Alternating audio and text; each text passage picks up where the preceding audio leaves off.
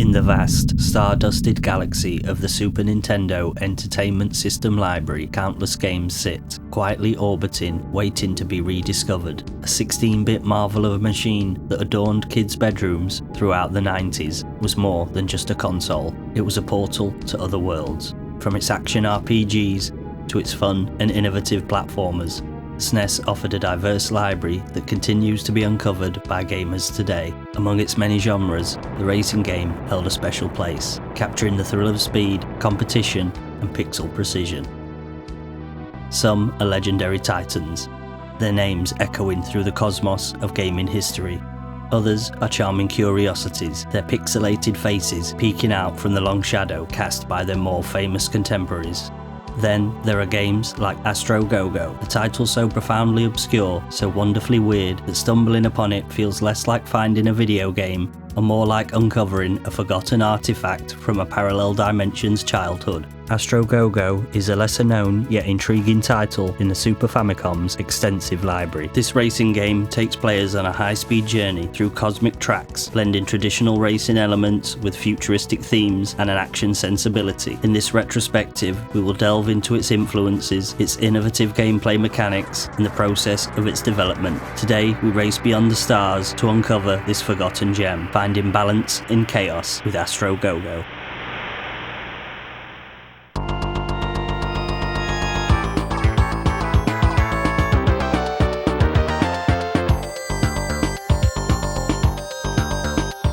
Astro Go draws inspiration from several sources, both within and outside the realm of video gaming. The early 1990s saw a surge in interest in futuristic and sci-fi themes, influenced by popular culture phenomena such as the Star Wars franchise and the Star Trek series. This fascination with space exploration and advanced technology is evident in Astro Go's setting and aesthetic. Moreover, the colourful and vibrant art style of Astro Go can be linked to the trend of visually striking games that dominated the early 90s, Konami's Pop and Twinbee series being one that springs to mind. The influence of anime and manga is palpable, character designs and track environments that echo the distinct style and flair of Japanese animation. The game also borrows elements from classic SNES racing games, and it's impossible to talk about SNES racing games without mentioning the legend that is Super Mario Kart. Released in 1992, this game single-handedly popularised the kart racing subgenre, a legacy that continues to thrive decades later. More than just a racing game, Super Mario Kart was a masterclass in accessible fun, blending iconic characters, colourful tracks, and a healthy dose of chaotic item-based combat. The game's genius lay in its simplicity. The controls were easy to learn, allowing anyone to pick up and play, yet the depth of its drifting mechanic and strategic item usage ensured that mastery required genuine skill. The roster of 8 familiar faces from the Mushroom Kingdom, each with their own unique stats, added another layer of replayability. Who could forget the sheer glee of pelting someone with a green shell? Super Mario Kart wasn't just fun, it was revolutionary. Its Mode 7 graphics, which simulated a 3D environment by scaling and rotating a flat plane, were groundbreaking for the time and helped to create a sense of immersion and speed. The game's influence can be seen in Astro Go and the countless races that followed, solidifying its place as one of the most important and beloved games in video game history.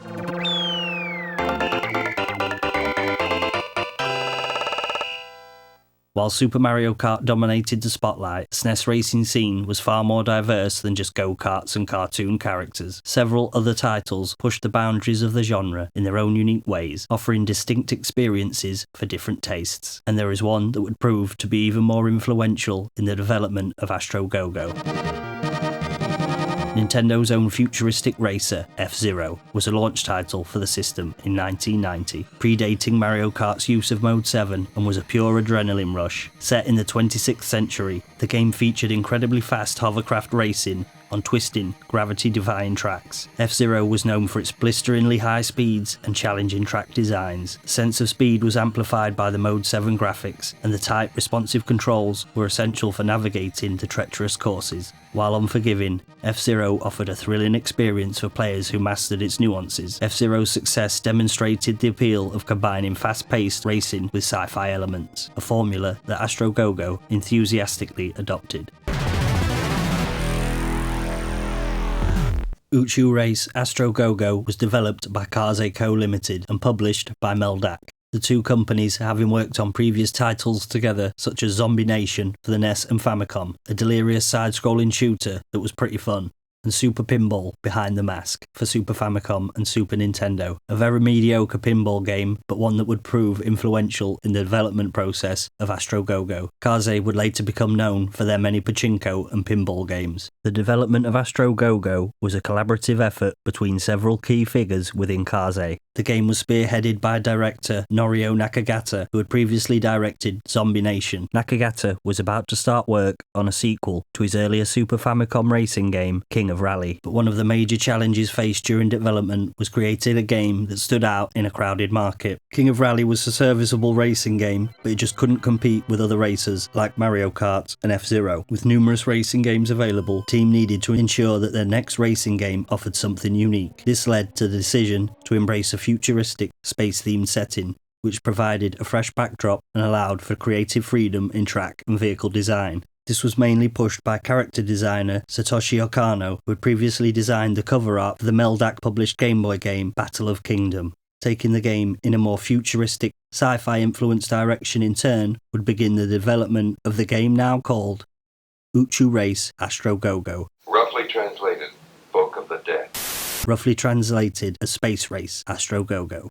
Looking at Okano's work on Battle of Kingdom, character designs he used for Astro Go were very similar, clearly influenced by retro 60s and 70s sci-fi films and television, but also Japanese animation. Imagine vintage Star Trek characters and technology drawn by popular manga artists, and you get the idea. Campy, yet elegant. The development team also placed a strong emphasis on the game's visual presentation. The Super Famicom's hardware limitations required innovative solutions to achieve the desired level of detail and animation. The use of Mode 7 graphics, a technique that allows for a pseudo 3D effect, was instrumental in bringing the game's vibrant and dynamic tracks to life. Bold and vivid colours leap from the screen and clips along at a frenetic pace. Playing this on a CRT television is a feast for the eyes.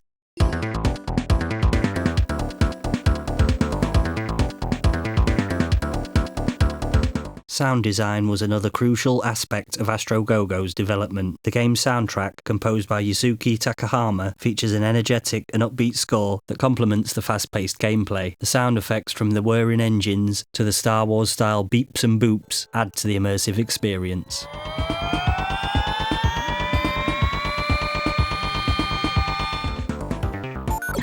The team wanted to create a game that was accessible to newcomers, while still offering depth and challenge for seasoned players. This led to extensive playtesting and adjustments to ensure that the game struck the right balance. With the core driving mechanics in place, the team was insistent it needed more action to offer something new and unique to the racing genre, leading the team to create an almost pinball-esque element to the game, taking inspiration from their earlier Super Pinball game, but also the classic Sega Mega Drive platformer Sonic the Hedgehog. Players can bump and bounce into other vehicles, knocking them off course, with the game also implementing various bumper pads and obstacles much like those on a pinball table or the ones heavily featured in Sonic's level design.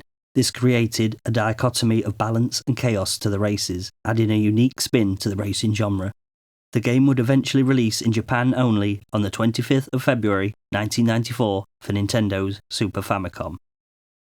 Astro Go isn't your typical racing game. Forget realistic physics, licensed vehicles, or even a coherent narrative. Instead, imagine a fever dream concocted by a team of developers fueled by copious amounts of sugar and a deep-seated love for all things bizarre. Here you're not just racing cars, you're piloting strange, whimsical, often unsettling things that vaguely resemble anthropomorphic household appliances, mutated insects, and abstract concepts given physical form. The game premise, insofar as one exists, involves a grand intergalactic race known as the Astro Go, where 5 contestants battle it out for the title of Cosmic Champion. Why they're racing, what the prize entails, and the socio-political ramifications of such a competition are questions best left unasked. Astro Go operates on a higher plane of logic, one where the sheer spectacle of sentient mechanical scorpions battling robot sharks is enough to justify its existence.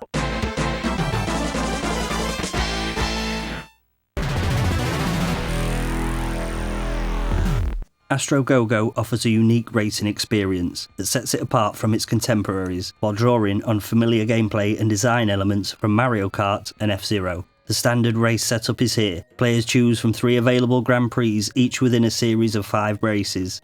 Earning medals for finishing in the top 3, failure to do so will result in restarting the race.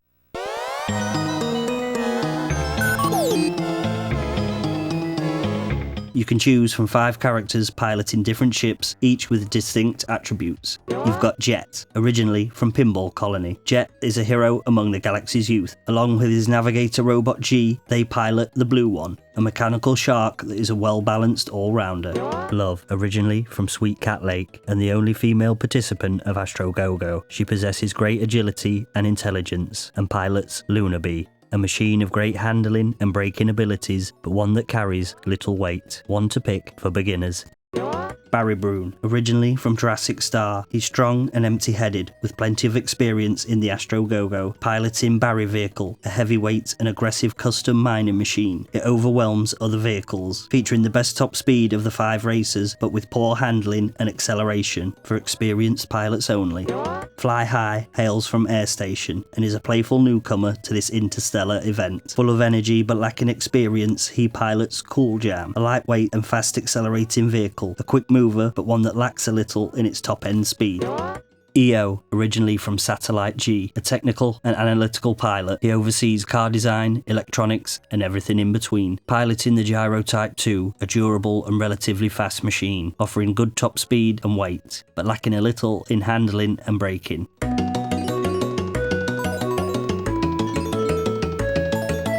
Besides the Grand Prix mode, there are very little options to keep you busy. You have a time trial option to improve and perfect those circuit times, but beyond that, there's nothing. Not even support for an additional player, which for a racing game in 1994 hurts almost as much as no 2-player option in the original Final Fight release on the Super Nintendo. But perhaps, for the same reason, this was omitted due to performance and hardware limitations. One thing that Astro Go does get right though, is in its presentation and gameplay speed. The visuals, like its gameplay, are a study in the bizarre and chaotic.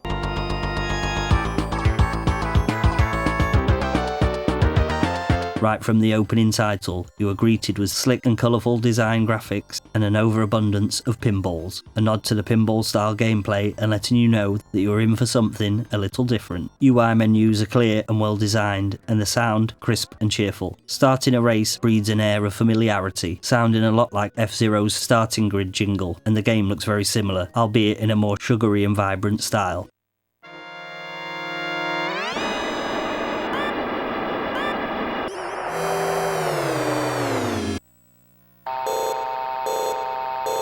Starting the race though, these comparisons will soon dissipate. Besides the great sense of speed in both games, Astro Go handles very differently. The controls are relatively simple: accelerate, brake and steer to navigate the course. However, mastering these simple inputs is easier said than done. Instead of drifting left to right with the corresponding D-pad input like in standard racing games, you pivot the orientation of the vehicle, tap left or right on the D-pad and your machine will change angle, altering your trajectory, playing more like an isometric racer like rock and roll racing. This makes sense due to the track layouts, as there are multiple sharp turns and even moments where the tracks go sideways. With a standard control scheme, I don't think this level of course design would have been possible, and the control setup also helps add to the pinball nature of the gameplay.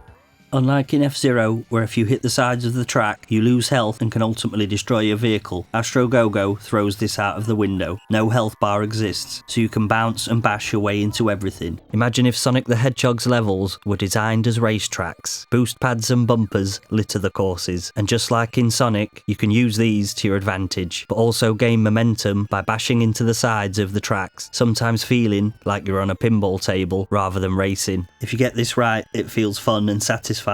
Make a mistake though, and it can cost you dearly, resulting in lost places on the leaderboard. It exemplifies the core of Sonic's gameplay, momentum and speed, and really shows why Kaze were influenced by Sonic, as it's the most pinball-like platformer I can think of, and obviously spawned the pinball spin-off game, Sonic Spinball. One of the standout features of Astro Go is in its track design. The tracks themselves are treacherous obstacle courses with hairpin turns, numerous jumps, and a variety of bizarre hazards. Giant fans launch you into the air. Devious switches create pits of death. and magnetic conveyor belts impede your speed. Success requires a combination of skill, luck, and a willingness to embrace the unpredictable nature of the game. Each course is set in a different part of the galaxy, featuring a range of environments, from planets made of fields of fire and ice to satellites and space stations. There are 7 unique planets in the galaxy, each with multiple areas, much like F-Zero's Mute City and Mute City 2. We've got Pinball Colony, originally a minority residential area, now filled with various cultures, and known as one of the best places in the universe to party, littered with bumpers and booster pads. Sweet Cat Lake, its planet's crust is as soft as marshmallow, and hot liquid flows out from the centre, creating warm lakes all over the terrain, a technical course that introduces sideways sections and multiple consecutive jumps. Jurassic Star. On this dried out course, fossils of ancient creatures can be seen. It features skull switches that open and close deadly sand traps, and reflexive driving after clearing the accelerator tubes is key to surviving through this tough course. Watch out for the deadly cactus. Air Station is an atmosphere adjustment base. It's designed like an obstacle course. Use the wind from the fans exposed on the course to evade the hurdles, and be careful of spinning out on the specialised coated zones. Satellite Q. This course was not completed in time for Astro Go. Racing through the ongoing construction site means side barriers are incomplete, leading to course fallouts. Switches control magnetic fields, altering the flow of the course. Firestone, burning hot day and night, and home to active volcanoes. Gases spew from the gaps in the lava rocks. Watch out for the switches that activate magma pits. Ice Baby Planet. A collection of ice particles forms a ring around a star. Although beautiful, the course is difficult due to icy conditions. Firm understanding is required to navigate satisfactorily, and the booster bands are key to survival. The tracks are all filled with obstacles, requiring players to master not only speed, but also strategic manoeuvring. Unlike F-Zero, which often favoured wide, sweeping curves, Astro Go throws a barrage of sudden twists and turns at the player, requiring constant adjustments and a willingness to embrace a touch of controlled chaos. Opponents aren't afraid to jostle for position, ram you into walls, or even using the track's hazards to their advantage. Mastering the art of bumping and grinding becomes essential to survival. While this can be frustrating at times, it also adds a layer of strategic depth to the races. Power-ups like in Mario Kart are also available. Instead of collecting these via boxes on the course, they are given after the completion of every lap, like how the Nitro Boost in F-Zero works. After the first lap, you get a Sonic-style shield orb, represented by a B icon in the bottom corner of the screen. After the second lap, you get a speed boost like the F-Zero Nitro. This is upgraded to a faster boost on the third lap and indicated by the S icon. Hold out to the fourth lap without using the power-ups and you get a Mario Kart style star invincibility represented by the P icon.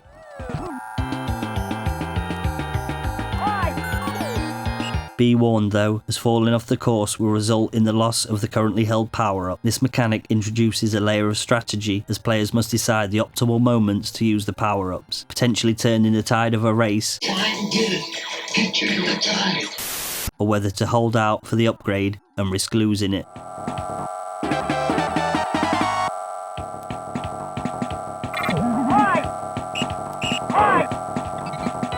The game's control scheme is intuitive, with responsive handling that allows players to make precise movements. This is crucial in a game where split-second decisions can mean the difference between victory and defeat. With the speed of the game and all the jumps, traps and obstacles on the courses really means you must be switched on and engaged, learning the layouts to the courses. The game feels just like riding a tornado. You must find peace and balance within the eye of the storm, blocking out the chaos of its deadly surroundings.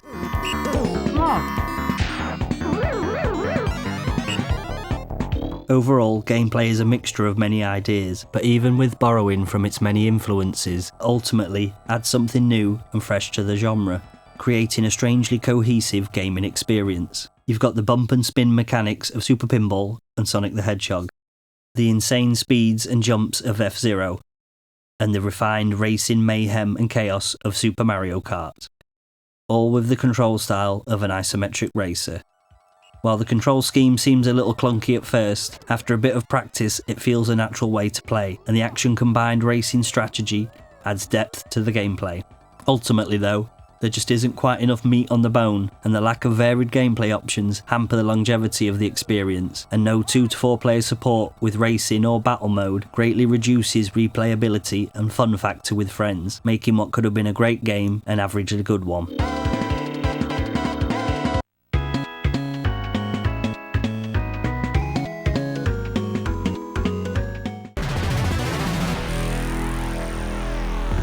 Upon its release in 1994, Astro Go received mixed reviews from critics. Most praised the game's innovative style and setting, while some criticised not only its lack of depth and replayability, but also its controls and gameplay. In issue 31 of Total magazine from 1994, reviewer Frank says, "Graphically, it's a bit of a treat. Track movement is very fast. The animation of the cars is delightful, and all in all, it looks special." Praising the game's graphics, but lamenting its over-responsive controls, stating, "The only problem is that the cars take some getting used to, and it's very easy to end up facing the other way." Overall, the game scored 80%, with the bottom line being, this is almost, but not quite, the game F-Zero fans were waiting for. Bonkers colours, crazy ships, and fast action are good, could have been better though. In issue 21 of Nintendo Magazine System, they awarded Astro Go the same score of 80%. Reviewer Paul praises the game's looks, but also its unique gameplay. It's enormous fun. An interaction between the drivers as they jostle for position is a cool feature. Most outstanding of all is how the cars are affected by the wild obstacles littering the various circuits. While it's plainly obvious that Astro looks like no other racing game, it plays like none other too. They were, however, critical of the game's lasting appeal due to the lack of multiplayer options, citing, "Regretfully, Astro's colours are dimmed by its lack of two-player option." Superplay and computer and video games were decidedly less enamoured with the overall package, scoring the game 51% and 69% respectively. CVG praised its visuals and speed, but criticised its cameras and fun factor, with reviewer Denis Armet stating, "Lavish colours, some of the smoothest Mode 7 around, but when you start playing you realise it's sadly dull. There's hardly any interaction with opponent racers. None of that excitement you get from battling for track position. The perspective is too high, so you never get to see very far ahead on the track, which results in plenty of crashes. You'll play this briefly for its bizarre appeal, but Nintendo's ancient F-Zero is better." This is a stark contrast to Nintendo Magazine System's review, praising the opponent interaction and jostling fun. Superplay, in issue 20, 1994, severely panned Astro Go as just another F-Zero clone, minus the fun and excitement, with Jonathan Davies saying, "It's got the smooth, high-speed scrolling road out of F-Zero, and the futuristic cars that skim along top of it, but that's about it. Completely missing is the intense, edge-of-your-seat action that makes F-Zero so great." Having been replaced by dreary, humdrum stuff that frequently has you switching the game off before you've completed a race. They did, however, find a glimmer of light in the game and enjoyed its distinct Japanese style and quirky atmosphere. The only thing the game has going for it is an extraordinarily weird atmosphere, created by a combination of odd colours and bizarre sound effects. It feels tremendously Japanese. Bottom line verdict from Superplay, engagingly offbeat, only for a matter of seconds, then its true colours as a lazy attempt to copy F-Zero will shine through, driving you to despair.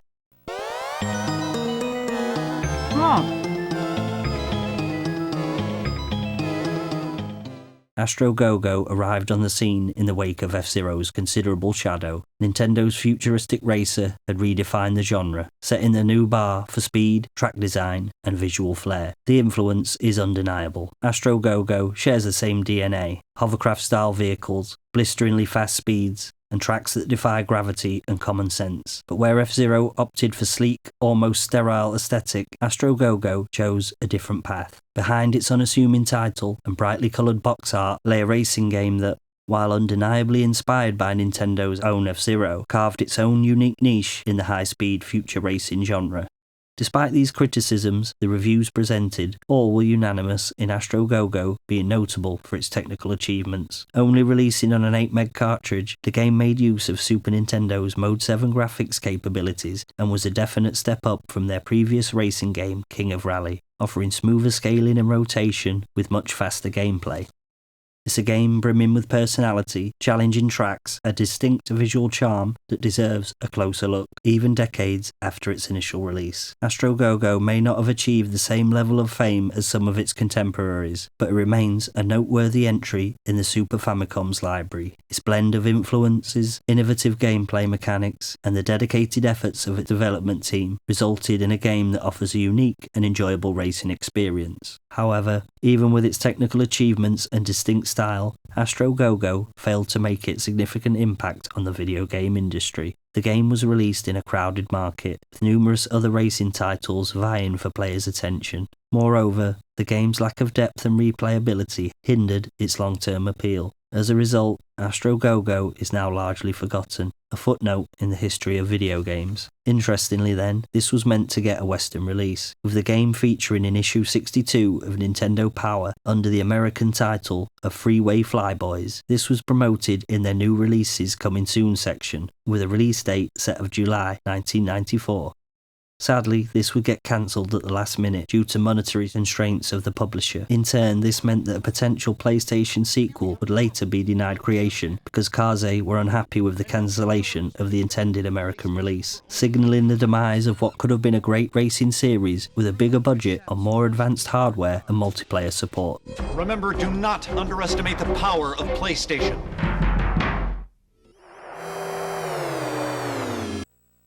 Why should anyone care about Space Race Astro Go in the age of photorealistic graphics and modern sprawling open-world epics? The answer, I believe, lies in its unadulterated creativity and its willingness to embrace the absurd. In a world where so many games strive for realism and narrative coherence, Astro Go offers a refreshing dose of pure and simple fun. It's a reminder that games don't always need to be serious and meaningful. Sometimes they just need to be weird, wacky, and utterly unforgettable. Astro Go is a testament to the power of imagination and the boundless creativity of the Super Nintendo era. The game is more than just a quirky racing game, it's a time capsule, a glimpse into a bygone era of gaming and its technological relics. A fascinating case study in the evolution of video games. The use of Mode 7 graphics was a significant stepping stone in the development of 3D graphics, paving the way for future innovations in the field. It's a reminder that some of the most memorable games are the ones that dared to be different, where developers were willing to take risks on creating experiences that were unique. Astro Go also serves as a reminder of the importance of gameplay depth and replayability. While the game's technical achievements were impressive, its controls can be frustrating, its lack of two-player support is a crime, and limited gameplay options hamper its quality. To truly succeed, a game must offer a compelling and engaging experience that keeps players coming back for more. But despite these flaws, it possesses a certain charm, an unknown appeal that, like the sweetest of cakes from Sweet Cat Lake, make it utterly irresistible. It's a game that will remind you of why you fell in love with video games in the first place, the boundless possibilities, the endless creativity, and the sheer, unadulterated fun. Surprisingly, while scouring YouTube, I couldn't find a single top 10 Super Nintendo racing games video that features Astro Go, meaning people either just don't know about this underrated little racer, or have but just don't care about it.